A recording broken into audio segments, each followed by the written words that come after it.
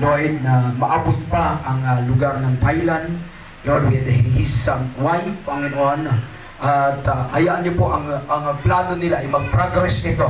And it is your will, it is your purpose to saturate, to reach out more souls, more country, according to your word, Lord, according to your purpose, Panginoon, sa bawat isa, Panginoon, at sa aming mga buhay.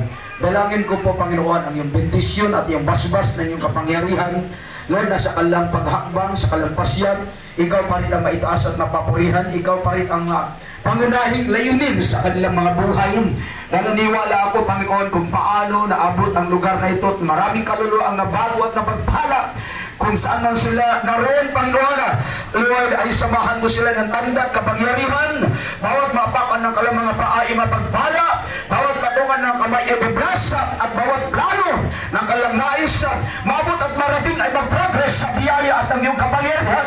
To give you honor and glory in the mighty name of Jesus.